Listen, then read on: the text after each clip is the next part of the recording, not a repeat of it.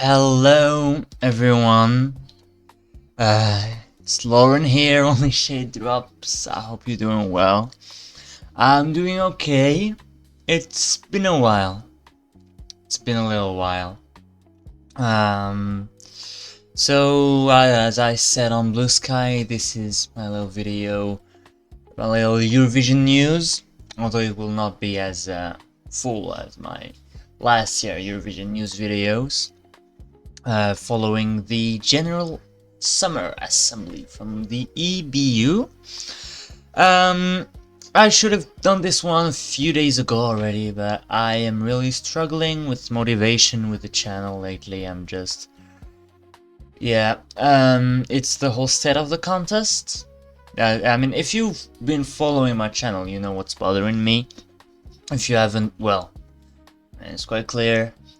There are some participants who should not be participating to the contest, and I'm not talking about the one who just joined, by the way. I'm not talking about that one, but I'm gonna talk a lot about it. It's gonna be a bit like the red line of this video. But overall, just the state of Eurovision is a bit sad. I did do that live stream about the results from Eurovision 2026. I did not watch the contest this year. I listened to the songs after the contest. This was my first year where I didn't listen to anything contest related from like January to May, except maybe like a Jerry Hall song or something. Might be the same next year. It depends on the EBU and depends also on how I'll feel about it.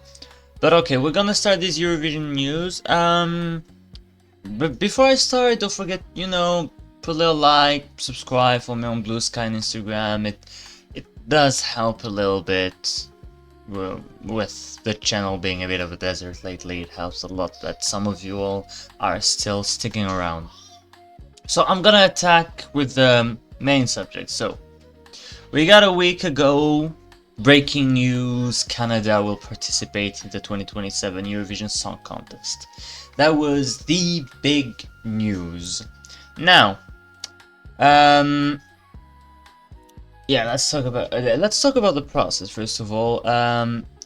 Earlier than that, we learned after the meeting that CBC, I think it's the Canadian broadcaster, joined the EBU.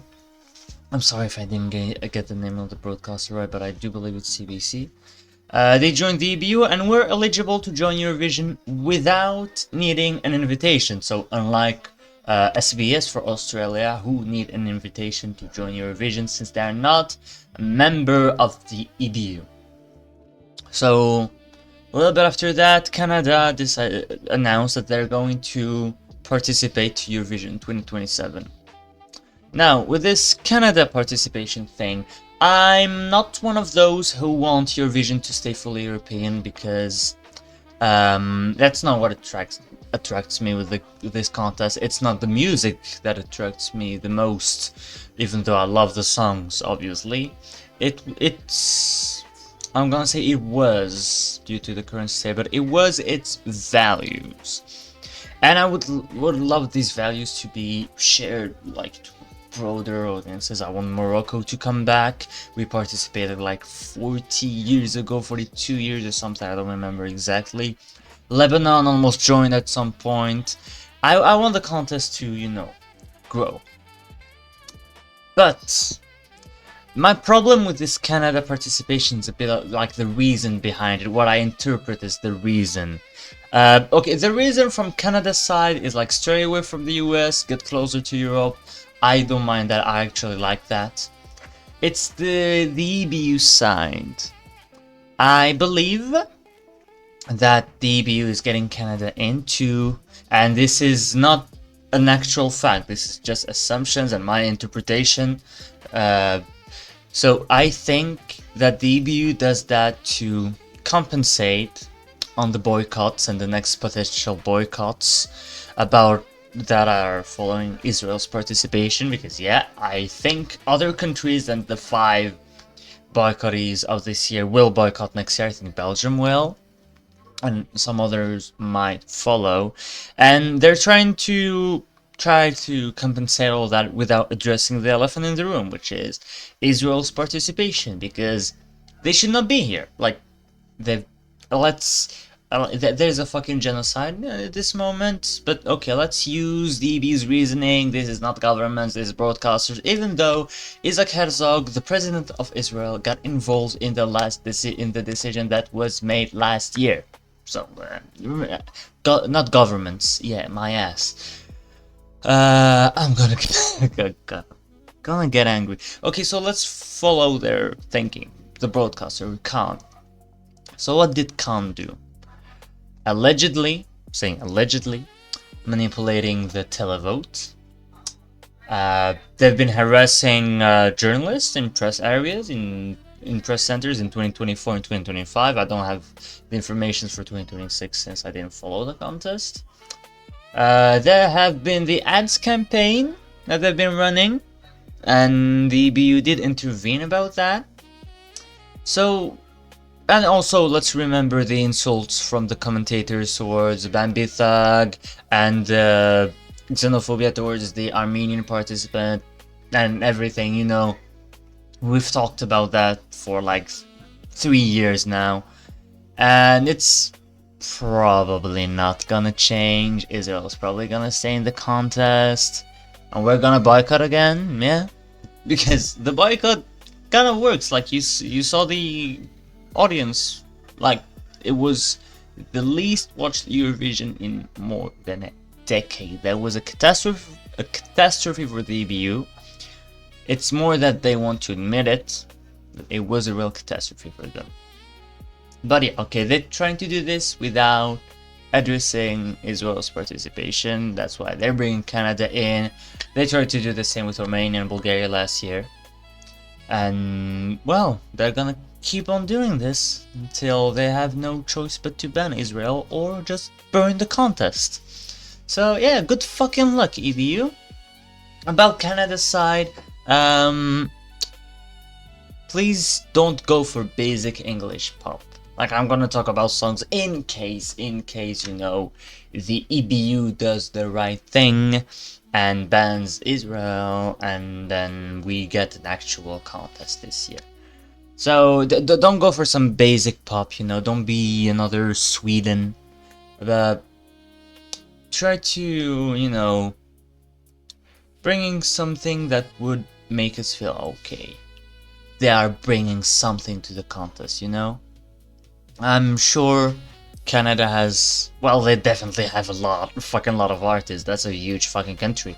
And there are some great talents from there. I would love for Charlotte Cardin to get sent with a song in French. I'd love for Canada to send French songs. Or like a funny Quebec song, that'd be nice in French. So, yeah, that's the Canada subject. As I said, I am not against their participation. I am in favor of it. I just, with the current context, I cannot really be happy about it, sadly. I got, I think, 2-3 more news for you lot. There's the schedule for the preparation of Eurovision 2027 that has been revealed. So, here are the dates. Host city decided by 31st of July. I kind of want Varna because of an inside joke I had with a friend. That'd be iconic. Executive producer, creative director, and showrunner appointed by 30th of August. Projected budget and financing model prepared by 10th of October. Selection of the host and script team between November and April. Creative concept and visual identity prepared by 15th December. Ticket sales between January and May. Probably the last 2 days. Dismantling and handover of the venue between 18th and 24th of May. So I'm guessing if they're gonna dismantle the venue between the 18th and 24th of May, I'm gonna guess that the final will probably be on the 15th of May. It's gonna be either the 15th or the 8th. If they're gonna dismantle it, start the dismantling in the 18th. So I am gonna guess it's gonna be May the 15th, 2027. I got something else, I think. Ah, yeah, Sanremo. Got a little Sanremo news. They have this new artistic director, I think, Stefano De Martino, and he confirmed that now there will be one night dedicated to choose Italy's Eurovision representative, Friday. So we can now say that there is a night of Sanremo that is a national final. Okay, because I've been saying Sanremo is a national final, and people have been on my ass for that. But what I was saying was Sanremo is a festival, yes, first of all, the celebration of Italian music, and it can be multiple things. Like it's also used as a national final, even though it's not solely a national final. But when I say that, people get on my ass. So now, Sanremo Friday is national final day, and yeah, I think that's all I got. You know, for other news about, you know, national finals, etc., etc. I suggest to you lot to go watch ESC Tom.